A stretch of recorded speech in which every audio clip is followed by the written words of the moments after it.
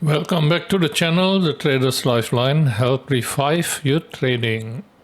Jadi kalau secara analisa USD atau gold, emas, ini bullish dan itu cocok dengan juga quarterly theory. Di video-video saya sebelumnya di channel saya memang analisa saya juga nggak semuanya benar, tapi secara garis besar majority sih banyak benar ya.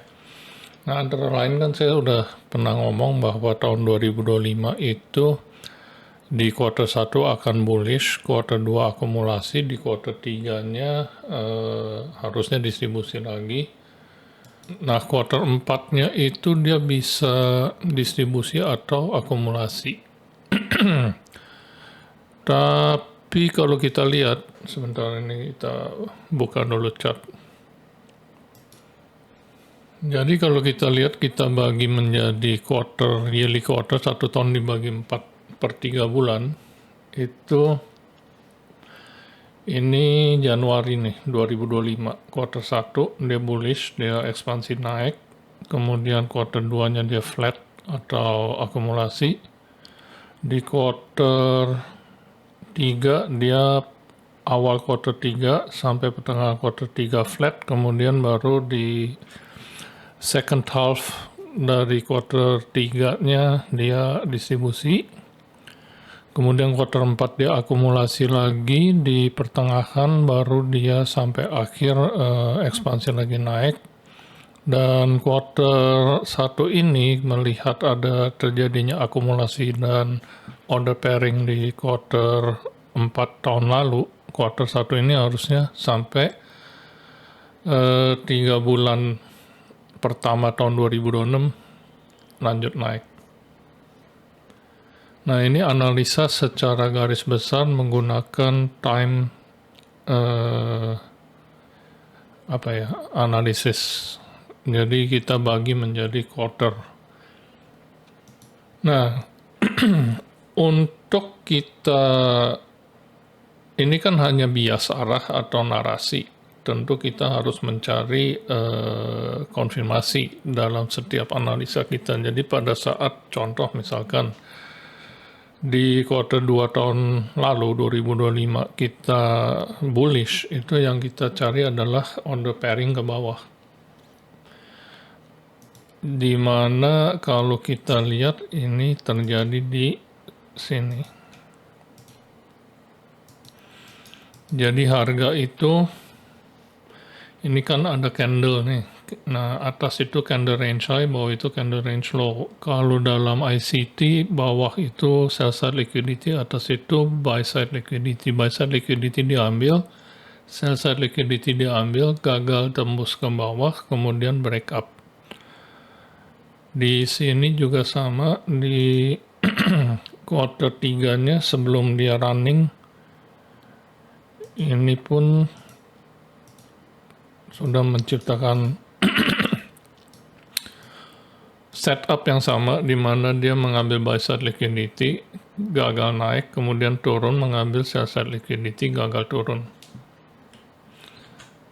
Jadi ini adalah order pairing, di mana para buyer itu mencari likuiditas untuk matching order run by mereka, supaya harga bisa mereka bawa naik. Kenapa order pairing itu penting? Karena di mana ada orang mau jual, harus ada orang mau beli. Dan sebaliknya, orang mau beli, harus ada orang mau jual. Ya, kalau gue ada salah ngomong karena gue cepet. Intinya gitu, harus ada order pairing. Di mana ada mau beli, harus ada yang mau jual. Di mana ada yang mau jual, harus ada yang beli. Nah, jadi kalau orang-orang yang buy di sini, itu harus ada orang yang sell. Itu namanya order pairing. Kita nggak akan masuk terlalu dalam soal ini, di mana kita bisa menentukan banyak orang yang mau beli atau jual, itu terlalu panjang ya. Ini kan hanya video analisa. Intinya di sini terjadi order pairing, kemudian setelah terserap semua, nggak ada liquidity lagi, baru harga bergerak naik. Nah, kemudian di sini juga sama. Di quarter 4 tahun lalu, ini juga terjadi order pairing.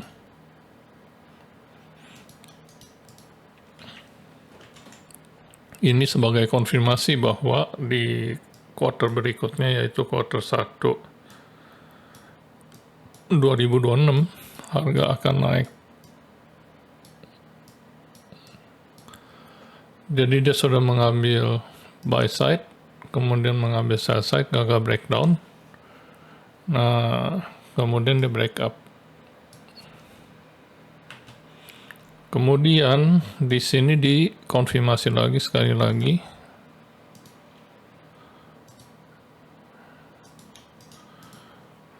Dan kita bullish.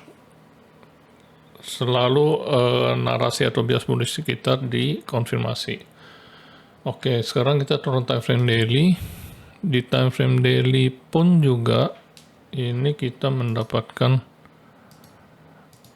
setup order pairing yang sama. Terakhir di sini di sebelah sininya juga ada. Gue tunjukin satu lagi di sini. Ini harga membentuk struktur kenaikan 08670. Ya, ini lebih rendah.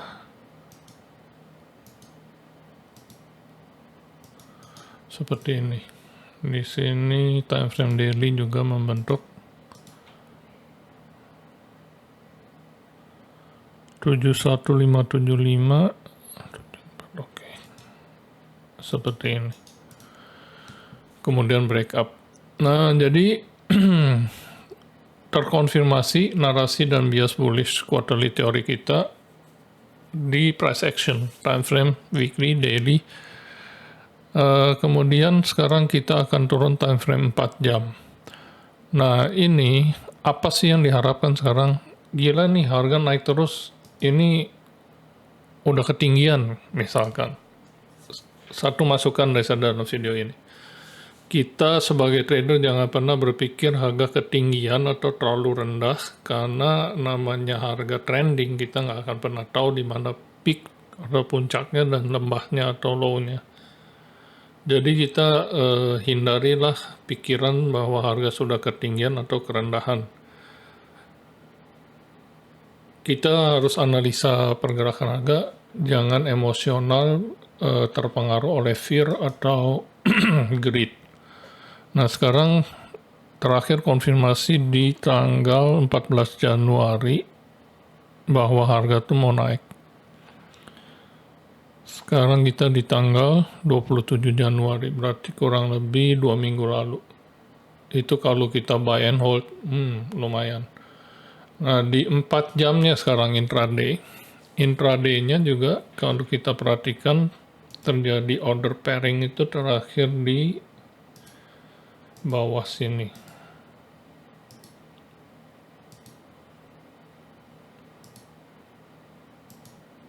Kita gambar dulu struktur marketnya.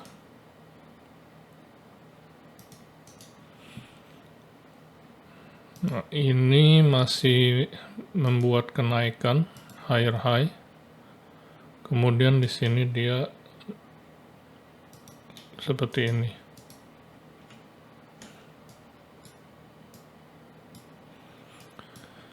Jadi dia mengambil buy side liquidity, gagal breakup, kemudian dia order pairing mengambil sell side liquidity, matching buy order dengan sell order, kemudian baru dia terbang.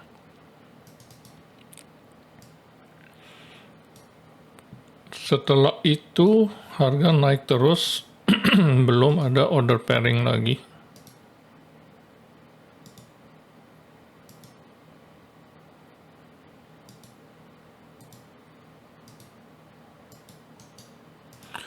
Nah, jadi kalau saya lihat begini, sorry ini di atas nih. Di atas sini dia bahkan sudah membentuk struktur penurunan.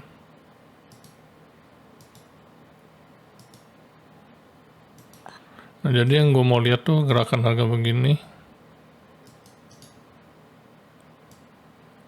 Order pairing lagi sebelum lanjut naik. Karena ini kenaikannya dari sejak terakhir order pairing udah cukup jauh. Dan ini kalau kita ukur dengan Fibonacci.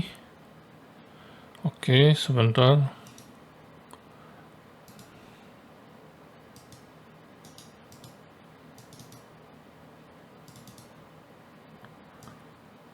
ya kan, dia sudah mencapai target maksimumnya. Jadi kenaikan harganya sudah mencapai target TP3 ya. Gua sih kalau lihat begini, apalagi di time frame 4 jamnya dia sudah membentuk struktur penurunan.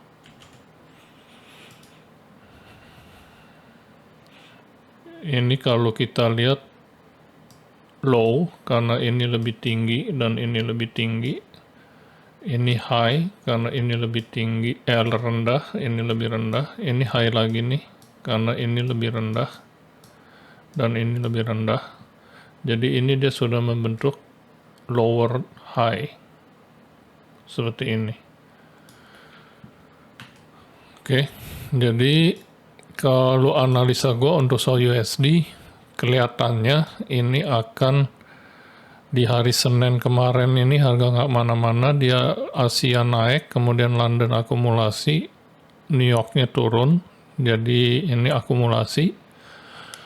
Di hari ini juga kalau dugaan gue sih paling naik, kalau yang gue mau lihat tuh mengambil ini aja, buy side liquidity, entah ini atau ini. Ini kan kebetulan juga di time frame 4 jam bisa dikategorikan relative equal high ini engineered liquidity. Untuk dia kemudian gagal breakup, turun, mengambil sell-side liquidity di bawah, baru lanjut naik. Nah, sekarang kita bicara waktu. Harusnya kalau berdasarkan quarterly teori, weekly profile itu dibagi menjadi 4 cycle, yaitu AMDX atau XAMD. Nah, AMDX itu apa sih? Akumulasi, manipulasi, distribusi, X-nya itu bisa kembalikan, pullback, atau lanjut, continuation. Kalau kita lihat di hari Senin kemarin ini akumulasi, harusnya hari ini tuh manipulasi, besok distribusi, dan kemudian Kamis itu bisa continuation atau pullback. Tapi harga itu market, khususnya gold yang gue trading, ini gue udah pengalaman cukup lama, itu nggak bisa tuh dipaksa harus ikut dalam secara by the book persis XAMD atau AMDX, itu nggak bisa. Jadi kalau gue lihat ini harus dicocokin dengan kalender ekonomi. Kalender ekonomi biasanya gue lihat di forex.com. Nah, di forex.com kalau kita lihat itu ada news penting, FOMC statement di hari Kamis subuh atau Jumat malam. Jumat, Rebo malam, Kamis subuh jam 2 pagi, dan Kamis malam. Jadi banyak news sebagai volatility driver itu di hari Kamis Jumat. Selasa Rabu nggak ada apa-apa. Yang membuat gue berpikir bahwa hari ini dan hari Rabu itu cukup, 2 hari ini cukup waktu untuk harga itu membuat gerakan seperti yang udah gue gambar ini. Naik dulu, mengambil buy side liquidity, kemudian turun, mengambil sell side liquidity, nanti di hari Kamis baru dia lanjut terbang. Itu nanti kita lihat. Kalau ternyata harga tidak membentuk pergerakan seperti yang udah gue gambar ini, ya kita beradaptasi, nanti kita lihat lagi gerakan harga seperti apa yang disajikan oleh market. Nah, ini untuk semi swing. Jadi kita bicara weekly profile, bukan intraday, bukan scalping. Tapi narasi atau analisa higher time frame kita di time frame weekly dan daily ini bisa kita terapkan untuk scalping dan untuk intraday trading. Contohnya gimana? Karena kita udah punya bayangan harga itu akan naik dulu ya. Sekarang nih kita buy at the bottom, nanti di atas di area relative equal high yang udah kita tandain sebagai point of interest kita, nanti kita bisa cari sell. Mainnya di time frame 1 jam.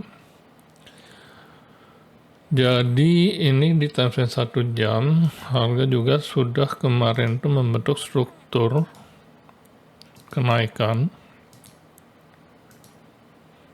Kemudian dia turun. range-nya itu terakhir high-nya itu. Nah, kalau low-nya itu saat ini yang ini. Tapi kalau kita bicara kemarin, low-nya itu ini. Jadi ini dealing range kita nih dari bawah ke atas. Nah, harga ini yang sebelah kanan ini sebetulnya kemarin itu semua internal range di dalam dealing range ini. Dalam dealing range, ini. Nah, sekarang kita melihat harga itu sudah mengambil buy side.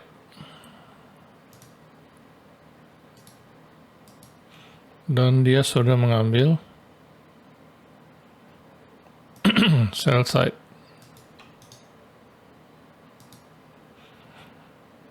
Jadi ini harusnya naik mengambil buy side. Tadi yang di time frame 4 jam ini kita tampilkan dulu di time frame 1 jam. Jadi kita nggak usah gambar-gambar ulang. Kita kasih aja warna kuning.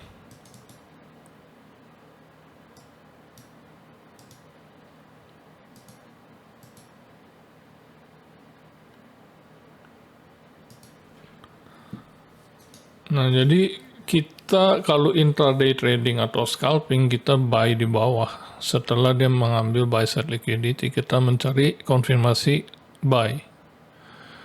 Nah, sambil dia naik, ini ada dua cara kita trading. Kita bisa amatin di time frame kecil, kita pantau, atau kita bisa set and forget. Paling kita tengok 1 jam sekali, selama harga masih bullish. Nanti kalau dia udah breaks break resistance, kita bisa geser ke BEP entry kita.